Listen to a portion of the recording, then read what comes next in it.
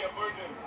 I am here to add up as a strength, and I will be done. Sa pagkilata usap siya running mate niya si acting Vice Mayor Donaldo Nueveros ang iyang pagpapili pagka-Vice Mayor o pagpapili niya kang Rama. Siya o si Gonzalo Philip Sabra nga magpasubli sa pagpapili ng mga independent candidates. Like Mayor Mike Rama invited you to join the party. He never mentioned anything about salary benefit.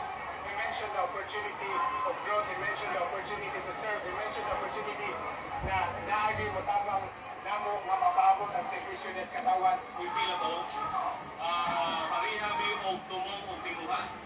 And I'm so happy that nalayo na mo ang bagtong subo kay barangay based pag-yun ang akong servisyo.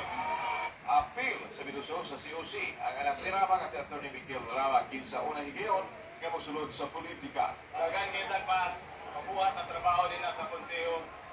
Unas tanan o sa abogado. Ugay na sa diha na kanang sa pagpuyog na ko sa akong amahan, we'll continue to push and lobby for more traffic solutions here in the city of Cebu. Samtang nahimong parada sa piyesta ang iksina sa mga supporters kinsa nagdala pa og panta kalitugtog sa musika. Adto na pa'y nagdala og mga banner o rainbow flag na mga sakop sa LGBTQIA+. Doon ang tayo designated area alang sa mga supporters